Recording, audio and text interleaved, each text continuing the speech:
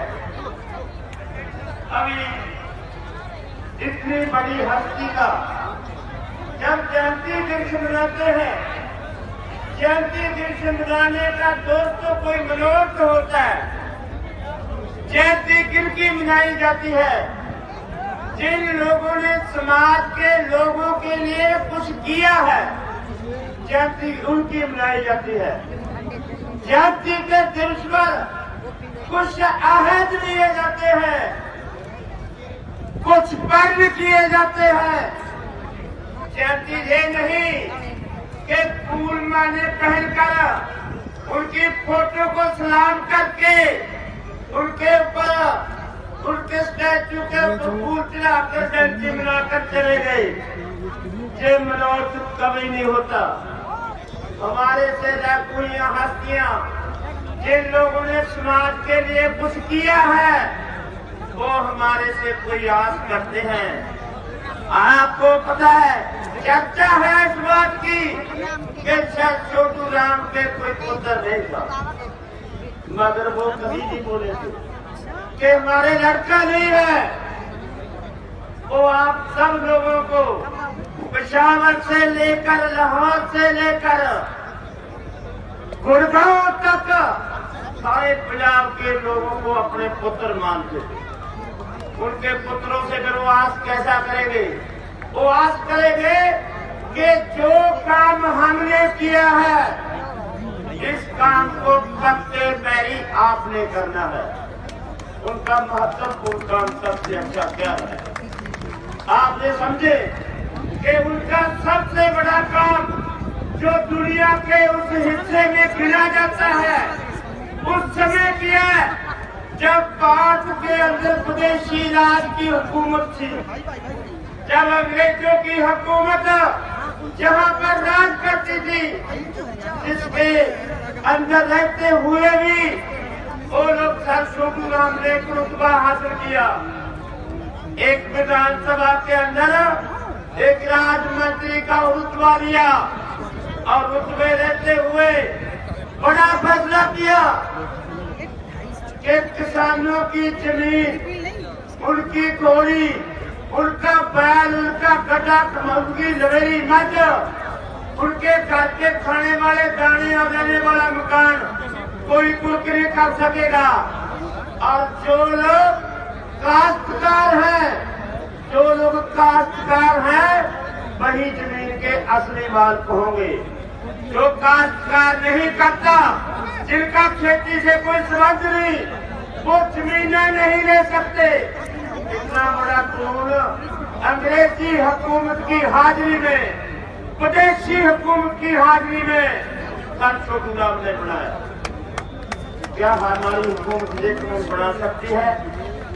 क्या हमारी हुकूमत जिसके अंदर हम आजाद भारत के वासी हैं, हम जिस बात के बीच में रह रहे हैं, लाल किले से हमारा राष्ट्रपति बोलता है, प्रधानमंत्री बोलता है, उस हमारे अपने राज्य में हमारे अपने शासकों ने कभी इस बात की फिक्रमंदी नहीं की कि सर छोटूराम जमीन बचाने के लिए कानून बना रहा था कि हमारे हमारा प्रधानमंत्री हमारे से जमीना खोज कर कारपोरेट कराने को देने के लिए कानून बना रहा है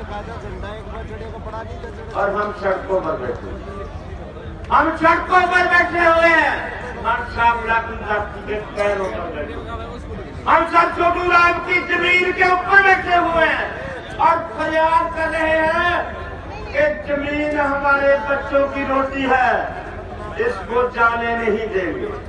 यही सलाम है हमारे इस महत्वपूर्ण अपने महत्वपूर्ण हैसियत को कि जो सर छोटू राम ने जमीनें बचाई थी, ये जमीनें हमारी विरासत हैं, इसमें हमारी जमीन है, इसको नहीं जाने देंगे। अभी अगर बात करनी हो तो जमीन बनती कैसे है भाई?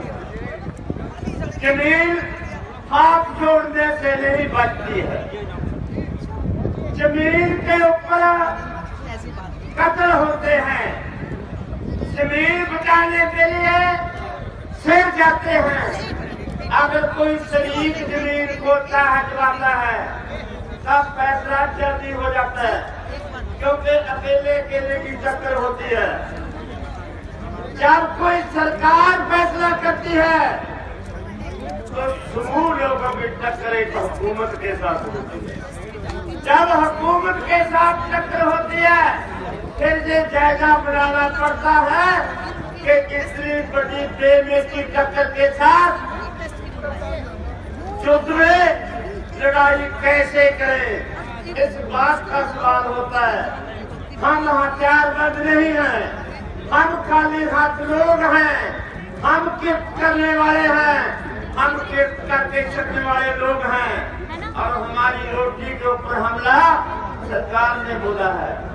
मोदी साहब राज्यसभा में भाषण दे रहा है कि आप लोगों को गुमराह कर रहे हैं।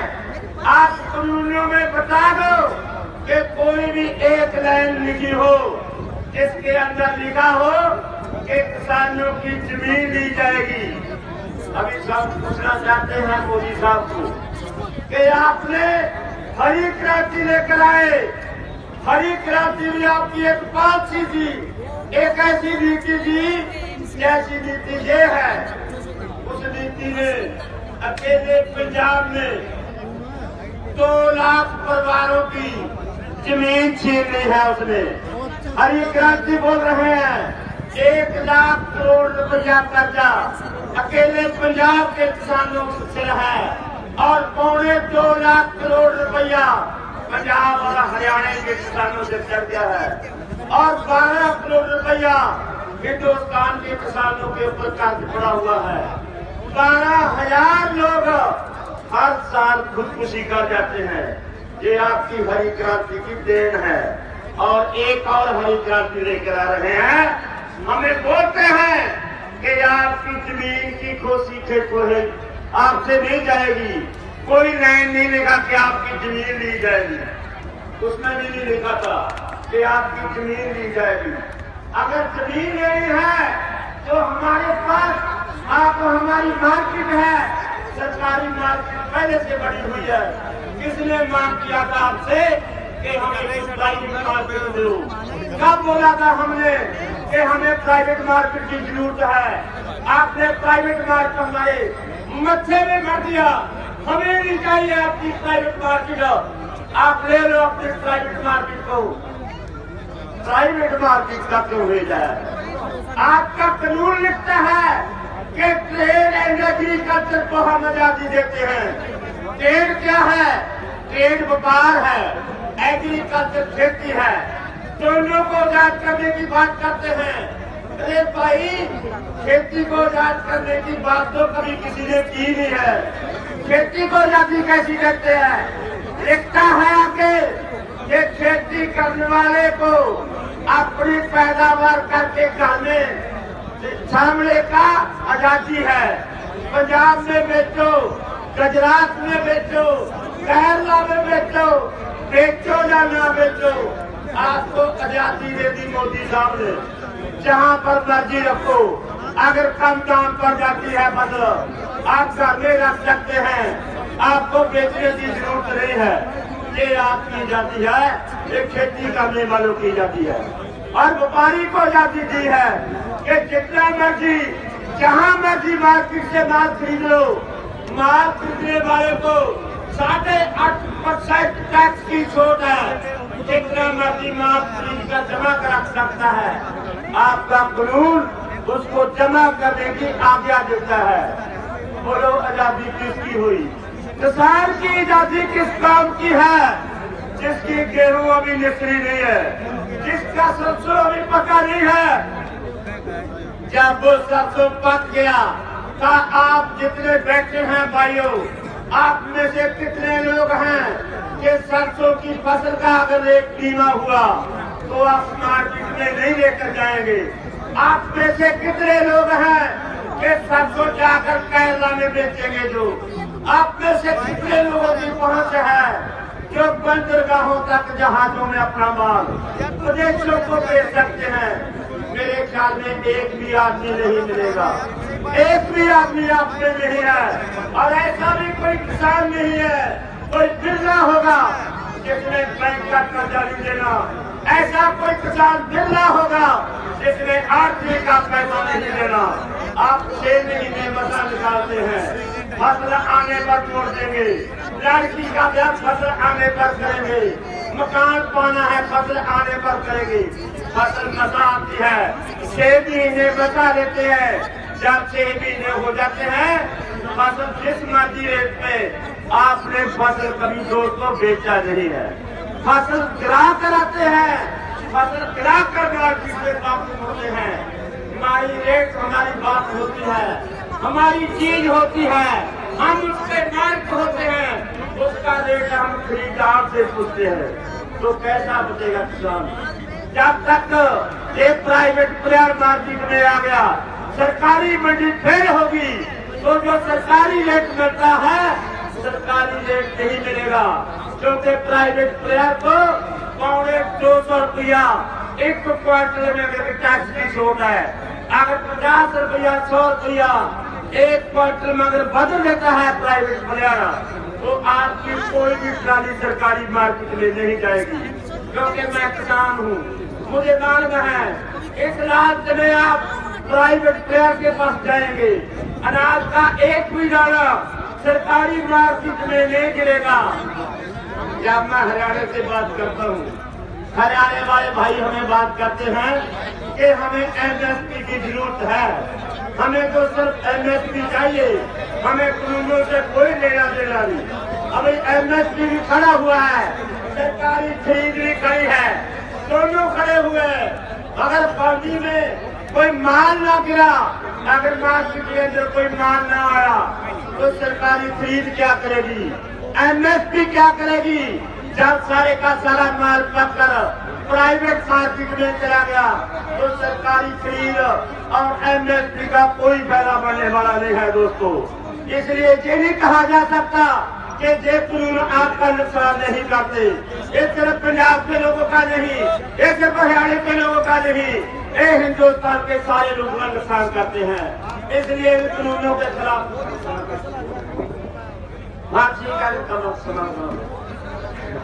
ठीक है, मैं सहमत करने जाता हूँ। इसलिए लंबी बात चली गई, ये कानून है हमें नहीं चाहिए। अभी सरकार का बोलना है कि भाई साहब अगर आपको कानून नहीं चाहिए तो हम इन कानूनों में शोध कर देते हैं। अगर आपको शोध में मंजूर नहीं है तो इन कानूनों को हम होल्ड में डाल देते हैं। भाई साहब और साथ में ये बोल रहे हैं कि कानूनों में काला क्या है? भाई आप तो आंदोलन जीवी हैं, आप तो परजीवी हैं।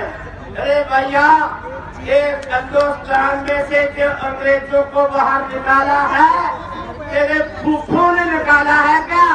ये आंदोलनकारियों ने निकाला, ये आंदोलन जीवियों ने निकाला है। अगर आंदोलन न करते तो अंग्रेज कहाँ से जाते? भगत सिंह भी आंदोलन जीवी था, चाचा अजीत सिंह भी आंदोलन जीवी था, गांधी भी आंदोलन जीवी था, जवाहरलाल नेहरू भी आंदोलन जीवी था। मैं कहा भाई हाथ मारी जगह सेक्रेटरी साहब बहुत बहुत धन्यवाद।